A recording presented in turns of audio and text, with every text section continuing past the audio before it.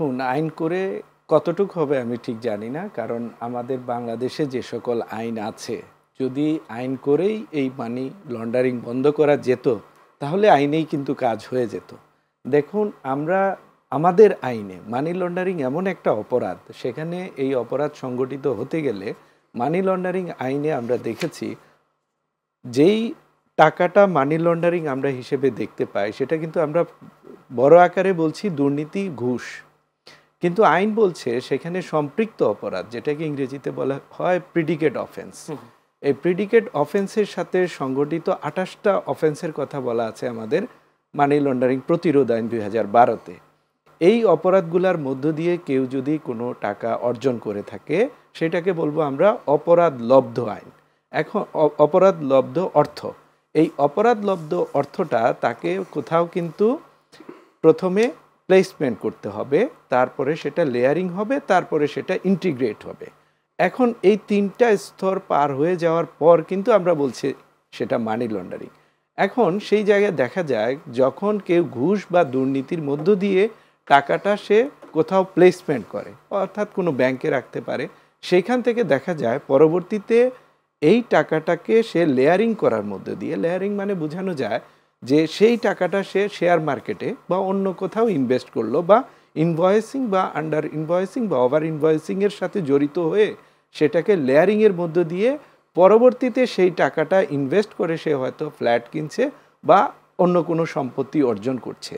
দেখা যায় তার মধ্য দিয়ে সে টাকাটাকে ক্লিন করতে চায়, অর্থাৎ ডার্টি মানিকে সে ক্লিন করতে চায়। আর আমরা দেখেছি যখন ডার্টি মানি ক্লিন হয়ে যাবে তখন আপনার সোসাইটি কিন্তু আলটিমেটলি ডার্টি হয়ে যাবে। এখন আমাদের দেশে যে প্রচলিত আইন আছে প্রত্যেকটা ক্ষেত্রেই আপনি দেখেন আইনের কিন্তু কমতি নাই। বাংলাদেশে বর্তমানে রানিং প্রায় 1400 আইন আছে। সেই 1400 আইনকে যারা এনফোর্স করবে, যারা সেটাকে এনফোর্সমেন্টে যাবে, সেই জায়গায় যদি আমরা হাত না দেই তাহলে আইনের পর আইন হতে থাকবে, আর মানি লন্ডারিংয়ের জায়গায় সেটা আরও বাড়তে থাকবে। এখন প্রশ্ন হচ্ছে যে আমাদের দেশ থেকে যে টাকাগুলা পাচার হয়ে গেল বা যাচ্ছে সেগুলাকে আমরা আনার জন্য ইনস্ট্যান্ট আমাদের কি করা উচিত? সবচেয়ে গুরুত্বপূর্ণ যেটা, সেটা হচ্ছে আমাদের মিউচুয়াল আন্ডারস্ট্যান্ডিং এগ্রিমেন্ট করার সুযোগ রয়েছে বিভিন্ন দেশের সাথে। কিছু কিছু দেশে একটা সুযোগ রয়েছে আর কিছু কিছু দেশে সুযোগটা নাই। সেটা হচ্ছে কি, আমাদের দেশে যার বিরুদ্ধে আমাদের এই অভিযোগ থাকবে তার বিরুদ্ধে আগে একটা মামলা করতে হবে। মামলা করে সংশ্লিষ্ট কোর্ট থেকে রায় নিয়ে তারপরে সেটাকে আমরা বাস্তবায়নে যাব। কিন্তু কোনো কোনো জায়গায় এই সুযোগ রয়েছে, রায় হওয়ার আগেও যদি আমরা সেই দেশকে তথ্য প্রদান করতে পারি যে আপনার দেশে এই টাকাগুলো আমার দেশ থেকে পাচার হয়ে আসছে, সেই ক্ষেত্রে সেই দেশ যদি রাজনৈতিকভাবে বা অন্য কোনোভাবে আমাদেরকে সহযোগিতা করার মন মানসিকতা থাকে তাহলে কিন্তু তারা চাইলে সেই টাকাটাকে ইনস্ট্যান্ট ফ্রিজ করতে পারে। যদি সেটা করা যায় তাহলেও কিন্তু এই সরকারের জন্য বা আগামী যে সরকার আসবে তাদের জন্য এটা বিশাল সফলতা হবে। যদি আমরা আমাদের দেশ থেকে যে টাকাগুলা বেরিয়ে গেছে সেগুলাকে যদি আমরা ফ্রিজ করতে পারি তাহলেও কিন্তু আমাদের একটা বিশাল অর্জন হবে। ফেরত আসা না হয় সময় সাপেক্ষ ব্যাপার হবে। যদি আমরা ফ্রিজ করতে পারি তাহলেও কিন্তু আমাদের জন্য বিশাল একটা অ্যাচিভমেন্ট হবে। সেখানে ইউনাইটেড নেশনের আমরা সহযোগিতা নিতে পারি, সেখানে কনভেনশন রয়েছে, যে সকল দেশের সাথে আমরা কনভেনশনে চুক্তিবদ্ধ হয়েছি, যাদের সাথে আমাদের চুক্তি নাই তাদের সাথে কিভাবে চুক্তি করা যায় বা তাদের সাথে কোনো মেমোরেন্ডাম অফ আন্ডারস্ট্যান্ডিংয়ে যাওয়া যায় কিনা সেই বিষয়ে যদি সরকার উদ্যোগী হন তাহলেই দেখা যাবে আমরা কিন্তু একটা বিশাল সফলতা হব। কারণ যারা মানি লন্ডারিংয়ের সাথে জড়িত রয়েছে, যারা দেশ থেকে টাকা পাচার করে দিচ্ছেন, তাদের কাছে এই মেসেজ দিতে হবে যে বাংলাদেশ থেকে টাকা বের করে নিয়ে গেলেও সেটাকে সে এনজয় করতে পারবে না। কিন্তু যদি আলাউদ্দিন আরিফ ভাই যে কথাটা বলছে, আমার তথ্য সেটা বলছে, যেখানে Barbuda, Austria, Antigua and Dominica, গ্রেনেডা এইসব জায়গায় যখন অর্থ পাচার হয়, বিশেষ করে ক্যারিবিয়ান দ্বীপগুলোতে, এখানের সাথে আসলে এই দেশগুলোর সাথে কি ধরনের চুক্তি করা দরকার? এই চুক্তি করলে টাকাও কি আদৌ ফেরত আসবে কিনা? দেখুন, এই দেশগুলা কখন আসলো? আমরা কিন্তু আজ থেকে 5 বছর 10 বছর আগে এগুলা দেখি নাই। এগুলা আমরা দেখছি কিন্তু রিসেন্ট আমাদের সামনে এগুলা আসছে।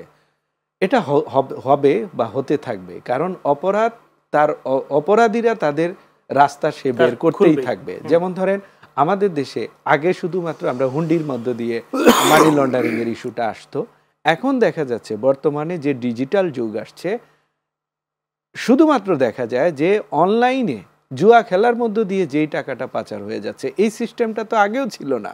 তার মানে কি দেশ চেঞ্জ হচ্ছে দেখে কি আমরা আমাদের উদ্যোগ থামিয়ে দিব? আমাদের কিন্তু সেটার পিছনে লেগে থাকতে হবে, এবং এটাই হচ্ছে একটা রাষ্ট্রের কাজ, যে যদি অপরাধীরা নতুনভাবে কোনো অপরাধ সংগঠনের ভিতরে জড়িয়ে যায়, সেই জায়গায় রাষ্ট্র সেই জায়গায় প্রিভেনশনের ব্যবস্থা নেবে। আমি আপনাকে একটা প্রশ্ন করি, টাকা উদ্ধারের জন্য, ওটা টাকা পাচার হওয়া টাকা ফেরত আনবার জন্য টাস্ক ফোর্স হয়েছে, কিন্তু টাকা পাচার করতে না পারার জন্য কোনো কমিটি টাস্ক ফোর্স আপনি দেখেছেন কিনা? না, আমার চোখে পড়ে নাই, যার কারণে আমি বলছিলাম যে ইন্টারন্যাশনাল কিছু প্রাইমারি প্রিভেনশনের কথা, প্রাইমারি প্রিভেনশনের ব্যাপারটা, যেমন ধরেন যে আমাদের এই মানি লন্ডারিং প্রতিরোধ আইনে রয়েছে রিপোর্টিং এজেন্সি, কিছু কিছু এজেন্সি রিপোর্টিং করবে, সেই জায়গায় সবচেয়ে বড় দায়িত্ব হচ্ছে ব্যাংকের। কোনো কোনো ব্যাংকে দেখা গেছে এমন এমন ব্যক্তির অ্যাকাউন্টে 50 লক্ষ, 1 কোটি, 2 কোটি, 5 কোটি টাকা রয়ে গেছে, কিন্তু কখনো ওই ব্যাংকগুলা ফাইন্যান্সিয়াল ইন্টেলিজেন্স ইউনিটকে রিপোর্ট করে নাই যে আমার কাছে সাসপিশিয়াস অ্যাকাউন্ট রয়েছে। এই ধরনের কিভাবে করবে? আসলে মতো মানুষকে যদি 8টা ব্যাংকের দায়িত্ব দেওয়া হয়, উনি বলেছিলেন সাদা কাগজে কোটি কোটি টাকা দিয়ে দেওয়া হচ্ছে। বাংলাদেশ ব্যাংকে যারা চাকরি করে তাদেরও তো পরিবার পরিজন আছে, তারা চাকরি বাঁচানোর জন্য তো সেই গোপন রাখতে হচ্ছে। সেই জায়গায় আমাদেরকে কাজ করতে হবে। দেখেন, বর্তমান সরকার 11টা প্রায়োরিটি বেসিসে কেস লিস্ট করেছেন এবং কিছু কিছু টাকা ফ্রিজ করেছেন। শুধু কি মানি লন্ডারিং হয়ে বাংলাদেশ থেকে টাকা বেরিয়ে গেছে সেগুলাই ধরবে? মানি লন্ডারিং সংজ্ঞা বলছে বাংলাদেশ থেকে টাকা বেরিয়ে যাওয়াই মানি লন্ডারিং না, বাংলাদেশে সেই টাকা, সে দুর্নীতি, ঘুষ থেকে শুরু করে প্রেডিকেট অফেন্স যেটা বললাম 28টা অপরাধ রয়েছে, মানব পাচারও সেখানে ইনক্লুডিং রয়েছে, এমনকি যৌতুকের টাকাকেও মানি লন্ডারিং এর আইনের আওতায় আনা হয়েছে। এইভাবে যদি কেউ টাকা সংগ্রহ করে থাকে এবং সেগুলো যদি ব্যাংকে রাখে, সেই জায়গায় যদি আমরা রিপোর্টিং এজেন্সি যারা রয়েছে তারা যদি প্রপারলি কাজ করে, দেশে যে সকল টাকা মানি লন্ডার হিসেবে রয়েছে সেইগুলাকেও যদি উদ্ধার করা যায় বা সেইগুলোর বিরুদ্ধেও যদি ব্যবস্থা নেওয়া যায়, তাহলে কাজ কিন্তু কম হবে না। সেই জায়গায়ও আমরা দেখছি আমাদের কিন্তু চোখে পড়ার মতো আমরা কাজ দেখি না।